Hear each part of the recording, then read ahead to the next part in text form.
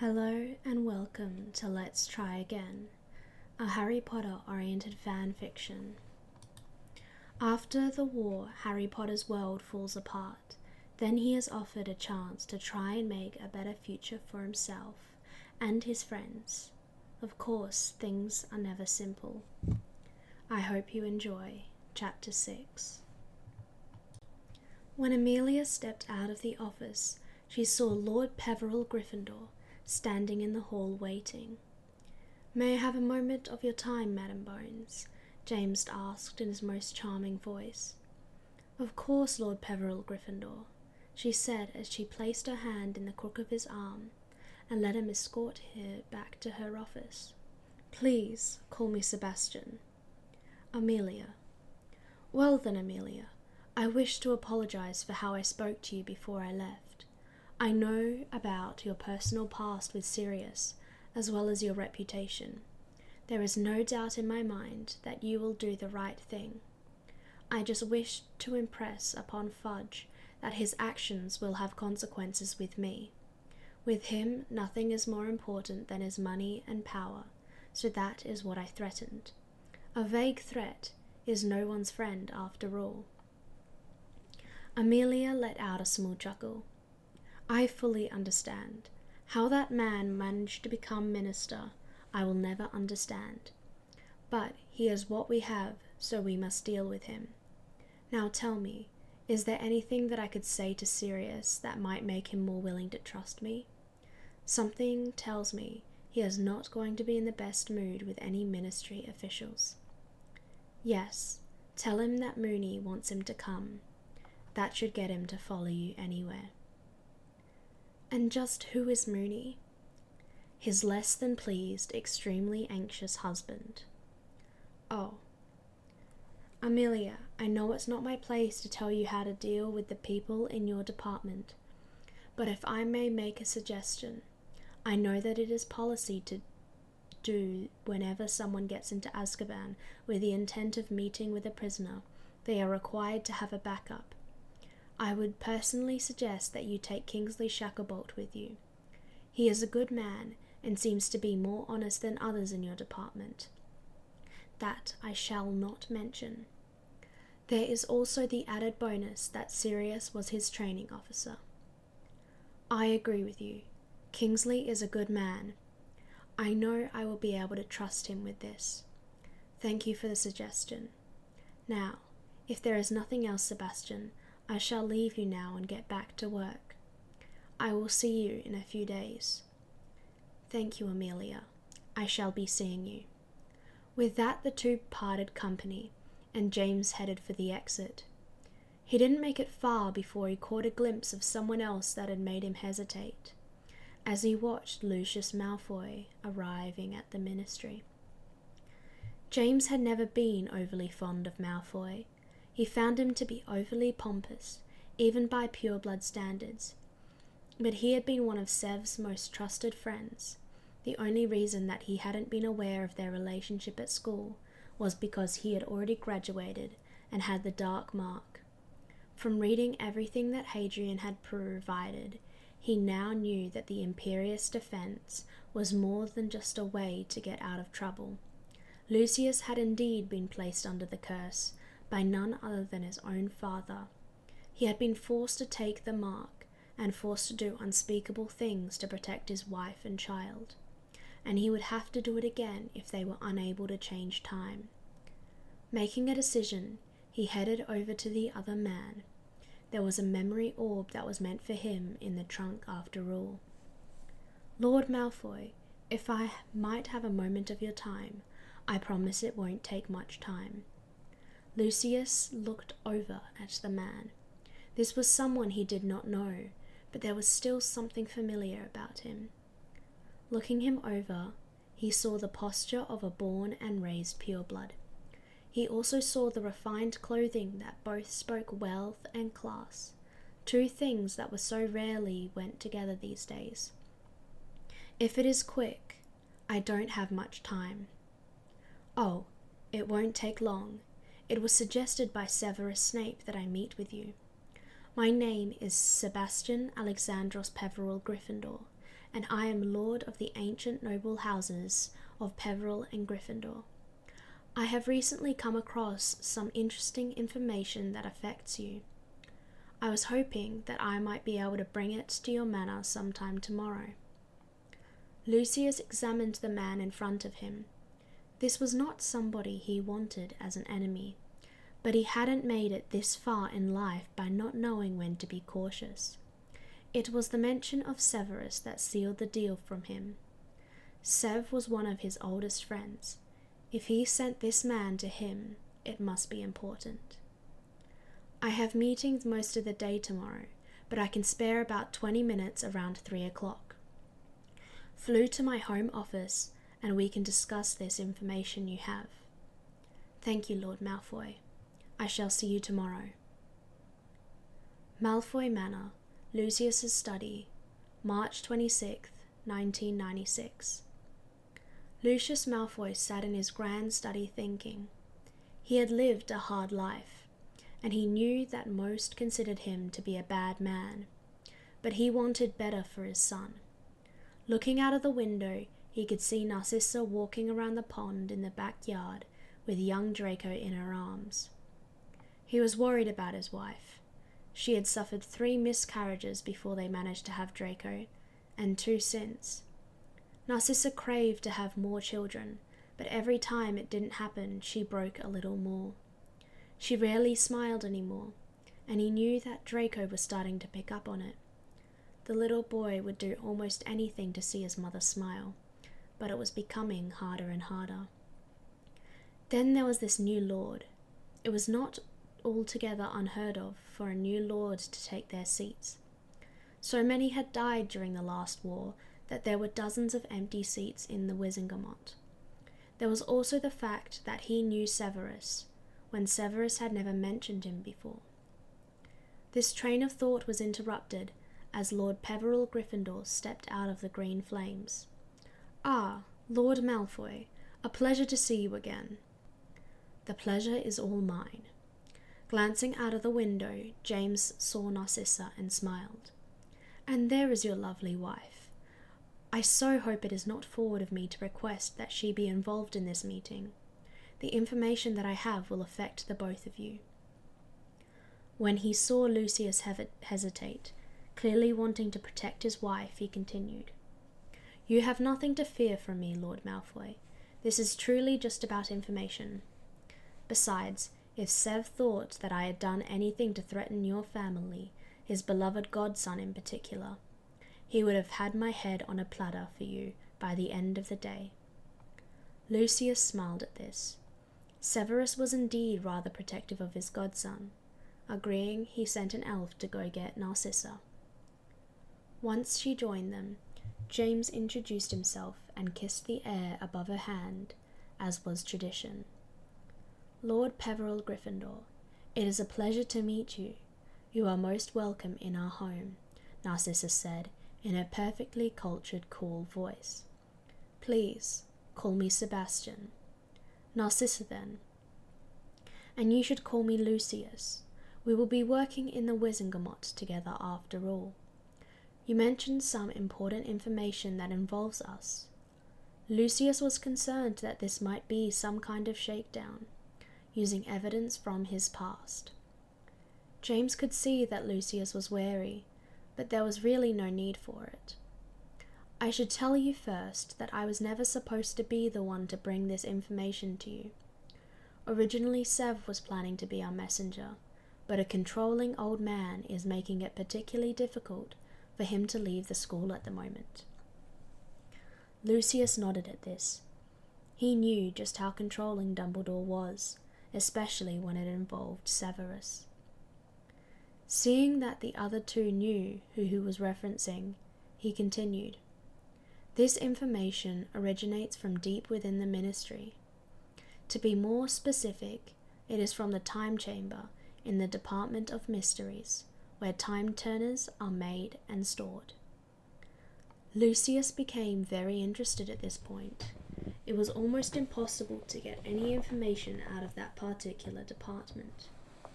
"I'm sure that if there was any information that I needed from there, Fudge would have passed it on."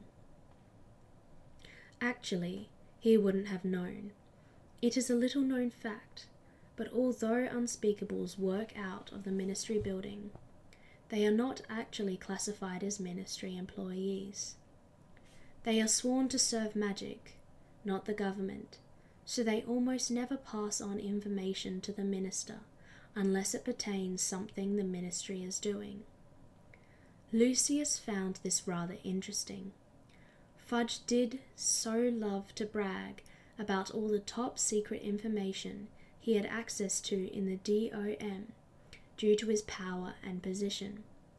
It would seem the little cretin was just running his mouth like usual. So what in the time chamber involves us? Neither of us have ever been in the DOM. Although Narcissa found it interesting, she would rather be with her son. James took a sip of the tea that he had been given by the elf that had originally brought Narcissa. One of my contacts got in touch with me last week. They had recently come into possession of a trunk that originated in the time chamber. It was covered in time crystals. What should interest you was what was inside. The trunk was filled with documents, memory vials, and messenger orbs. When it was twisted, all of it dated to 20 years from now. What information from 20 years ago should interest us? Lucius asked. You misunderstand me, Lucius. The contents were not from 20 years ago, but from 20 years in the future. Narcissa gaped, and Lucius gasped in a very undignified manner. Pulling himself together, Lucius asked, So you think we were involved in sending ourselves something from the future? No, I am sorry to tell you that according to what we have found in the trunk, both of you have been killed. According to what we have learned, there is a second war growing, and it will then be followed by another. Our society will be decimated. No, the reason I am here is because one of the messenger orbs was addressed to the two of you. The rest of us that have received these orbs have been given tasks in hope of avoiding the death of our nation. Reaching into his robe pocket, James pulled out the orb that was addressed to Lucius and Narcissa. Both stared at the tag that had been stuck to it for a few seconds before Lucius reached out and took it. The tag read, To Lucius and Narcissa Malfoy. From Draco Malfoy, age 27. Once he had passed over the orb, James got up. Now that is done, I must be off. I have to prepare for a very important meeting tomorrow. You don't want to know what it says? Narcissa stammered. Good Merlin, no. I have enough to do with my own message. No, I am more than willing to pass off the responsibility for that one to you. I will let you know the rest of us have all used secrecy wards when we have listened to ours. The kind of information on them is not something that we want getting out. With that, James flew away quickly. Later that evening, after Draco had been put to bed, Lucius and Narcissa met in his office.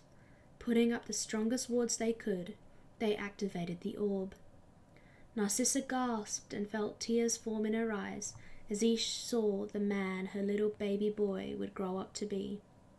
He was so handsome. Then she noticed the pain that was evident in his eyes. Lucius looked at his son with pride and love. Then the image started to speak. Mother, Father, I can only hope that this reaches you. As it is right now, none of us really know if this will work, but we had to try. But first things first, I need to say something to you. Something wish I had said before I lost you. Mother, Father, I love you both so much. I owe you so much for everything you did for me. No matter what has happened or will happen, I will always love you. Now, Father, I know about how you were forced to join the Death Eaters. I know what happened, What you need to know is that when I was 14, he returned. The information that we have provided will help stop this, but just be ready. You were once again forced to his service under threats to Mother and I. When I was age 16, Aunt Bellatrix brought me before him. You and Mother were being held across the room from me. He explained to me just what he would do to you and how he would give Mother to McNair as a personal toy if I refused to join. I of course agreed and was branded. Like you, I was then forced to do unspeakable things. But there was hope. When I was 17, Hadrian Potter defeated him once again. We thought that was the end, but it wasn't. In revenge for the atrocities committed on that monster's orders, we became the Hunted. The ministry led by Dumbledore and his little pets declared that simply being bored with a dark core was outlawed. They started to round us up, every man, woman, and child that they could get their hands on. That was how I lost the both of you. I was lucky. Hadrian, who was a good friend, had broken into the compound in an attempt to rescue the infant daughter of a friend, released as many of us as he could. He then helped to smuggle us out of the country.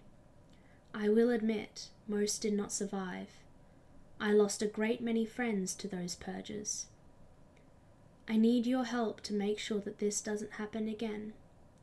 Luckily, what I need you to do is fairly simple in comparison to what some of the others will have to do. It will actually probably not take more than a few hours, if that. Father, the Dark Lord gave you a diary shortly before his defeat. This diary carries the darkest of black magic and must be destroyed to stop him. You must get the diary. Make sure to use dragonhide gloves when handling it, as I do not want you to risk yourself.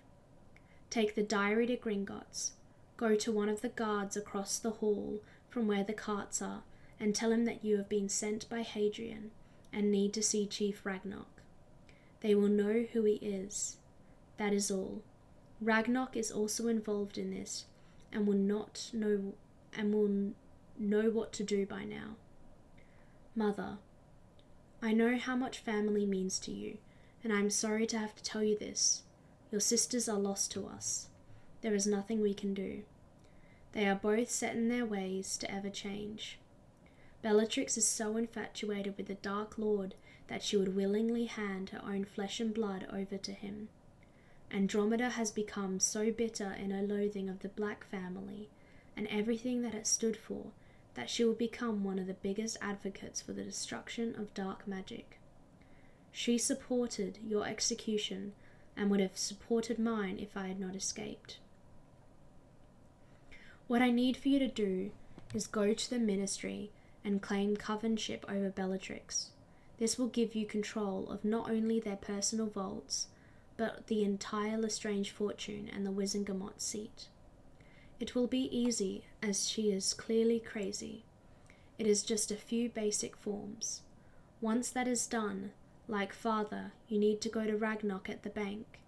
Have him go down to a personal vault with you. Inside there is a gold chalice that is imbued with the same magic as the diary. Let him deal with it. I would also request that you donate the Lestrange fortune to charity. So much of that money came from doing awful things. There is no way it isn't cursed. Give it to charities for children and St. Mungo's. One last thing. Mother, I know you have always wanted more children, and that the healers at St. Mungo's always tell you to just get pregnant and wait and see. That will never work. What you need to know is that Muggles have also struggled with infertility, but they actually decided to do something about it. There are things known as fertility clinics in the Muggle world that are completely focused on helping women get pregnant and give birth safely. One of my friends that escaped the compound with me struggled, as you have. Within 2 years of starting their treatments, she had a magically powerful, healthy baby boy. I will warn you, Some of their techniques may seem barbaric, but they actually work. I don't mean to pressure you, but it might be worth a try. Oh, and another thing. We should have a house elf named Dobby. He is extremely odd, and no matter what you do, you will never be able to get him to behave properly. Give him to Hadrian Potter. I know it sounds odd, but those two just work together. With that said, I love you, and I hope that this may help. Save us all. Goodbye. With that, the orb went dark, and the room was silent. Both Lucius and Narcissa had tears running down their face. Their son had suffered so much and was so strong.